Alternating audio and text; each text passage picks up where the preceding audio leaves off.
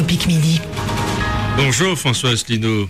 Bonjour. Merci d'être avec nous, président de l'UPR, l'Union populaire républicaine, et l'actualité est riche et va vous permettre de rebondir sur pas mal de sujets. Mais d'abord, les indépendantistes flamands hier sont sortis gagnants des élections municipales en Belgique avec la victoire de leur chef, Bart De Wever, et une poussée de son parti dans toute la Flandre. Est-ce que le fragile équilibre politique en Belgique est ébranlé, et cela aura-t-il des conséquences au-delà ? Alors, oui, le fragile équilibre politique de la Belgique est ébranlé, pas depuis hier, d'ailleurs ça fait maintenant plusieurs années que ça dure, et l'on va vers une partition probablement de la Belgique. Ça, c'est le point numéro 1.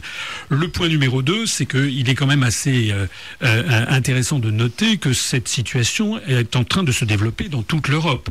Vous avez vu qu'il y a une espèce d'accord entre le Premier ministre britannique et puis les responsables écossais, puisque je vous rappelle qu'en Écosse, aux dernières élections européennes, le parti indépendantiste écossais était arrivé en tête devant les conservateurs et le Labour. Vous avez vu qu'il y a de fortes manifestations en Catalogne pour obtenir l'indépendance. En d'autres termes, il est en train de se produire exactement, je suis désolé de me citer, mais exactement ce que je ne cesse de prophétiser depuis maintenant plusieurs années. Je l'ai montré notamment dans une conférence qui s'appelle les 12 impasses de l'Union européenne, c'est que la construction européenne en ce moment, est en train de détruire les États-nations préexistants, de les pulvériser. C'est une espèce de somalisation, si vous voulez, comme la Somalie. C'est ce qui se passe en ce moment en Libye, c'est ce qui se passe en Irak, c'est ce qui se passe probablement, ce qui risque de se passer en Syrie.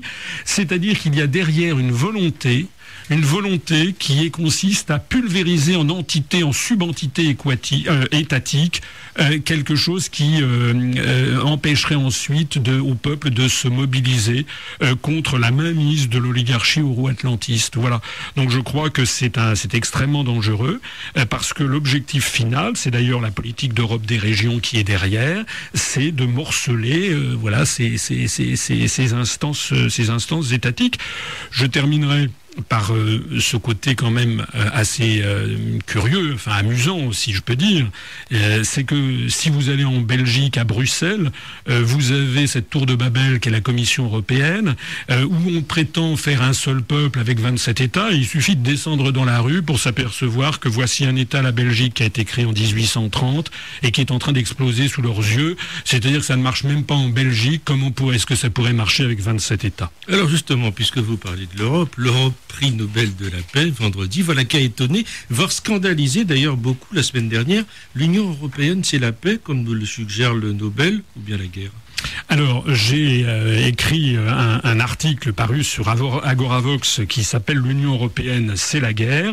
L'Union européenne, c'est la guerre parce que, en fait, elle s'inscrit parfaitement dans le choc des civilisations théorisé par les Américains, et puis parce que c'est la partie politique, la construction européenne est la partie politique d'une médaille dont la partie militaire s'appelle l'OTAN.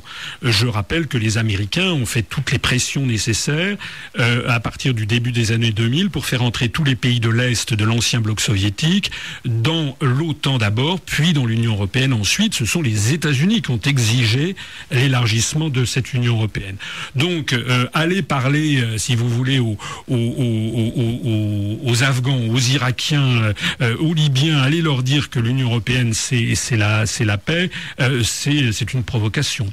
J'ajoute, ça n'a pas été suffisamment souligné que ce prix Nobel de la paix n'a pas été accordé uniquement que pour prétendument avoir fait œuvre de paix, mais aussi prétendument pour avoir développé dans toute l'Europe la démocratie. Alors ça, c'est au moins aussi scandaleux quand vous pensez que tous les référendums sont piétinés. Le référendum du 29 mai 2005 en France, du 1er juin 2005 aux Pays-Bas, de juin 2008 en Irlande. Quand vous pensez que également on nomme désormais des chefs de gouvernement en Italie, Mario Monti, en Grèce, Papademos, qui ne se sont jamais présentés devant le suffrage universel, mais qui ont été en fait cooptés par Goldman Sachs pour imposer des politiques que les peuples ne veulent pas. Quand vous songez par exemple que les traités européens sont violés les uns après les autres, par exemple la clause dite de non-renflouement des États, l'article 123, qui est piétinée par le FESF par le MES. Quand vous songez à ce qu'est le TSCG qui vient d'être ratifié en Justement, France, il a été ratifié le 11 octobre. Est-ce que cela conforte le processus de l'orientation européenne voulu par le chef de l'État ? Mais le chef de l'État, écoutez, c'est une marionnette. Ce chef, écoutez, qui est-ce qui croit encore à Monsieur Hollande ? Nous, on avait dit, vous vous rappelez, vous m'aviez invité à l'époque, on avait dit que nous appellerions à l'abstention entre M. Sarkozy et Hollande parce que c'était du pareil au même. Qu'est-ce que je n'ai pas entendu ? Il y a des gens de gauche qui me disaient, mais non, pas du tout, il vaut mieux. Bon, c'est vrai que Sarkozy, tout le monde en avait marre, mais tout le monde en a marre de M. Hollande au bout de 4 mois. M. Hollande n'a pas les manettes. Voilà. Mais ce qui est en train de se passer, c'est la confirmation de ce que je ne cesse de dire depuis 5 ans et demi que j'ai créé l'UPR, c'est que les Français n'ont plus les manettes. Donc, M. Hollande n'est qu'un bouchon sur l'océan, si vous voulez. C'est quelqu'un qui est ballotté au gré des événements. Il n'a pas pu changer une virgule du TSCG. C'est d'ailleurs ce que nous disons aussi quand certains nous disent il faut une autre Europe. J'ai publié sur Agoravox il y a quelques jours un autre article où j'ai fait une espèce de récapitulatif depuis 1979 des promesses d'autre Europe. Mais c'est tout simplement se moquer du monde. On ne peut pas avoir d'autre Europe puisque la France n'est plus qu'un État sur 27. Nous avons un commissaire sur 27, ça fait 3,7% des voix. On ne peut pas avoir d'autre Europe. C'est la raison pour laquelle tous ceux qui promettent une autre Europe, que ce soit à les souverainistes à droite, ou bien que ce soit M. Mélenchon à gauche, en fait, dupent les Français, puisque nous ne pouvons pas avoir d'autre Europe. M. Hollande est encore une fois en train d'en administrer la preuve aux Français. J'ai écouté hier Claude Barthelone qui disait, qui n'est pas rien, c'est quand même le président de l'Assemblée nationale, qui disait l'objectif de réduction des déficits à 3% du PIB a un côté absurde par rapport à la situation que nous connaissons. L'Europe ne doit pas être le continent où l'on dit rigueur, chômage. Mais quand même, son Assemblée a voté ce traité. Mais oui, mais nous avons affaire à une schizophrénie générale des élites françaises. Tout le monde sait que les députés, quand vous leur parlez, ou les sénateurs, quand vous leur parlez en tête-à-tête, beaucoup de responsables politiques sont tous, qu'ils appartiennent à l'UMP, au PS, etc., sont tous là à vous dire, en tête-à-tête, on va dans le mur. Ça ne marchera pas. C'est le contraire de ce qu'il faut faire. Et pourtant, ils votent comme un seul homme ces choses-là. Ça veut donc dire qu'ils sont en fait, comment dirais-je, ils trahissent tout simplement le mandat des Français. Ils ne représentent plus les Français. Ils sont devenus désormais les marionnettes de l'empire euro-atlantiste qui dirige la France via Bruxelles. Est-ce qu'on peut émettre, à partir de ce vote, des doutes sur la démocratie en France ? Bien entendu, il n'y a plus de démocratie en France. La démocratie représentative a été complètement vidée de substance. D'abord parce que tous les pouvoirs ont été transférés, je le répète encore, à Bruxelles, à la Commission européenne, à Francfort, à la Banque centrale européenne, au Fonds monétaire international et à l'OTAN qui sont à Washington. Et donc sur tous les sujets dans tous les domaines, la France n'a plus que des compétences nulles ou tout à fait résiduelles. Donc on vote, c'est comme la Starac, si vous voulez, on vote pour des gens qui ne font que lire un script et un scénario préparé par d'autres. Alors les manifestations contre la crise, en tout cas, se répandent dans toute la zone européenne. On a vu le Portugal, on a vu l'Espagne, on dénonce les coupes budgétaires. Merkel qui a été accueillie à Athènes avec des croix gammées, décryptage. Moi je trouve ça triste parce que il est en train de se produire ce qu'avait prophétisé Milton Friedman, prix Nobel d'économie dans le journal Die Welt, le 7 janvier 2002. Il avait dit que l'euro risquait de développer une animosité entre les États. Moi, je ne suis pas de ceux qui tapent sur l'Allemagne. J'observe d'ailleurs que des gens comme Monsieur Mélenchon ou certains européistes sont pour l'euro, mais n'arrêtent pas de taper sur l'Allemagne. Les Allemands, ils ont leurs propres problèmes, leurs propres intérêts nationaux. Il faut voir que si nous étions Allemands, ils ont le sentiment, les Allemands, qui bossent, qui travaillent bien, et que sans arrêt, on est en train de leur demander de l'argent pour financer les autres. Donc il est normal qu'ils en aient assez. Mais il est tout à fait normal aussi que les Grecs, les Espagnols et les Italiens refusent de devenir des Allemands. Donc le problème, ça n'est pas Madame Merkel ou ça n'est pas la Grèce. Le problème, c'est cette folie d'avoir mis 17 États avec une seule monnaie. Il faut en sortir. D'ailleurs, tout le monde le sait.